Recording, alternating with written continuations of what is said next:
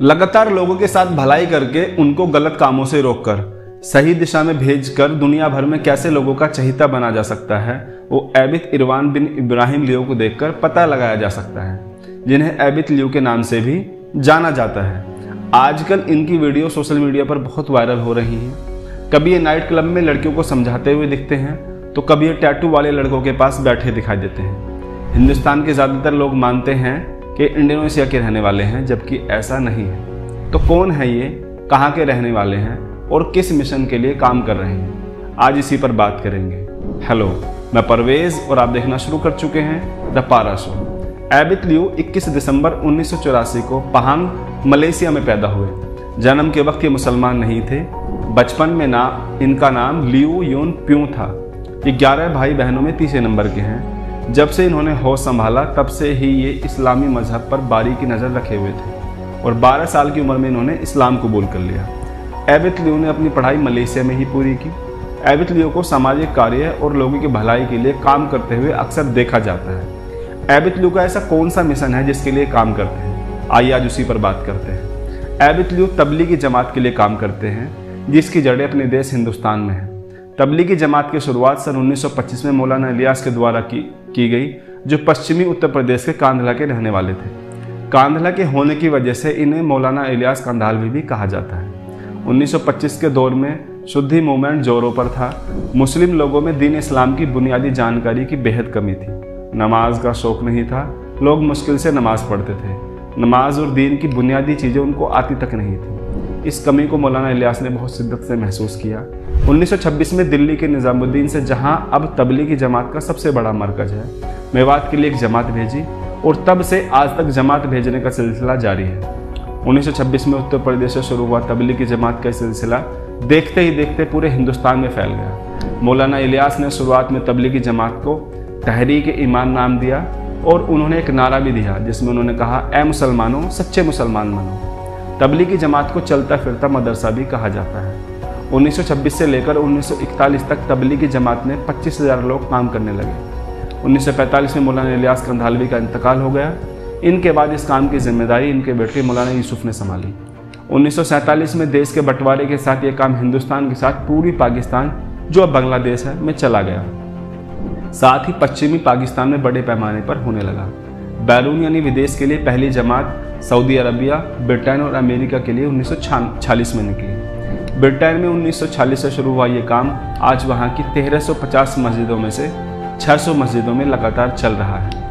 1926 में हिंदुस्तान से शुरू हुआ ये काम आज दुनिया के 150 मुल्कों में फैल चुका है। पूरी दुनिया में इस वक्त तबलीगी जमात के 1.5 करोड़ लोग अपने घरों से बाहर निकलकर इस काम को अंजाम दे रहे हैं। इस वक्त हिंदुस्तान में इस जमात के अमीर मौलाना इलियास के पोते मौलाना साद हैं, जो निज़ामुद्दीन मरकज़ से इस काम को अंजाम दे रहे हैं। तबलीगी जमात किस तरह काम करती है और किस काम को अंजाम देती है, आइए एक नज़र उस पर डालते हैं। तबलीगी जमात कुरान और हदीस की रोशनी में काम करती है। इस जमात में काम करने वाले लोग प्रॉफिट मोहम्मद की सुन्नतों पर अमल करने पर जोर देते हैं। इस जमात के बड़े जिम्मेदार लोग 10 से 12 लोगों का एक समूह बनाते हैं, जिसे जमात कहा जाता है।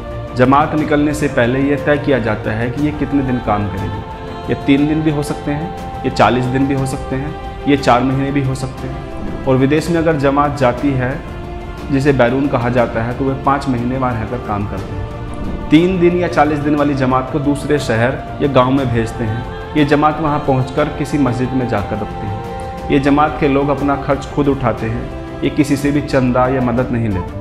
जमात का एक लीडर, जिसे अमीर कहते हैं, चुन लिया जाता है। अमीर सबसे मशवरा करता है और अगले 24 घंटों का प्लान तैयार कर लिया जाता है। इसमें तबलीगी जमात की अहम किताब हयातुस सहाबा, फ़ज़ाइल अमाल, फ़ज़ाइल सदक़ात और मुंतखब अहादीस को पढ़ा जाता है। असर की नमाज के बाद जमात मस्जिद से निकलकर बस्ती के लोगों से मुलाकात करती है और उन्हें कुरान में जिन चीज़ों को करने से मना किया गया उनसे रोकने के लिए कहती है और नमाज पढ़ने और कुरान हदीस सुनने की दावत देती है। तबलीगी जमात सब लोगों से कहती है कि नमाज हर बुरे कामों से रोकती है। शराब पीना, ज़िना, झूठ, चोरी, वादा खिलाफ़ी, ये इस्लाम में हराम काम है। अगर मुसलमान नमाज पढ़ता है और दिल में अल्लाह का खौफ रखता है तो ये काम कभी नहीं करेगा। तबलीगी जमात नज़रों को दरमियान में रखने पर जोर देती है। नज़रें ना इतनी नीची हों कि सामने से आ रही चीज़ को देख ही ना पाओ और उसे टकरा जाओ, और न इतनी ऊंची हो कि जिसकी वजह से रास्ते में पड़ा कोई पत्थर आपको दिखाई न दे और आप टकरा के गिर जाओ। तबलीगी जमात में नज़रों को काबू रखने पर खासा ध्यान रखा जाता है। तबलीगी जमात ने अपना एक खासा खाक बनाया हुआ है काम करने के लिए, जिसे 6 नंबर कहा जाता है। इसमें ईमान, नमाज, इल्म और ज़िक्र, इकराम मुस्लिम, इखलास नियत और दावत तबलीग के नाम से जानते हैं।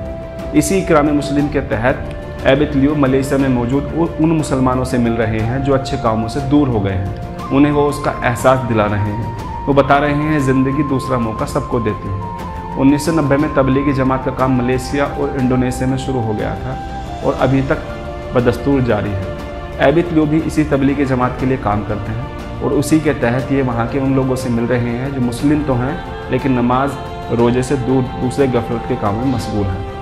एबिट लियो उनके बुरे कामों को छुड़ा रहे हैं और नेकी की तरफ ला रहे हैं। अब तक के लिए इतना ही। चैनल को सब्सक्राइब कीजिए, आगे शेयर कीजिए। धन्यवाद।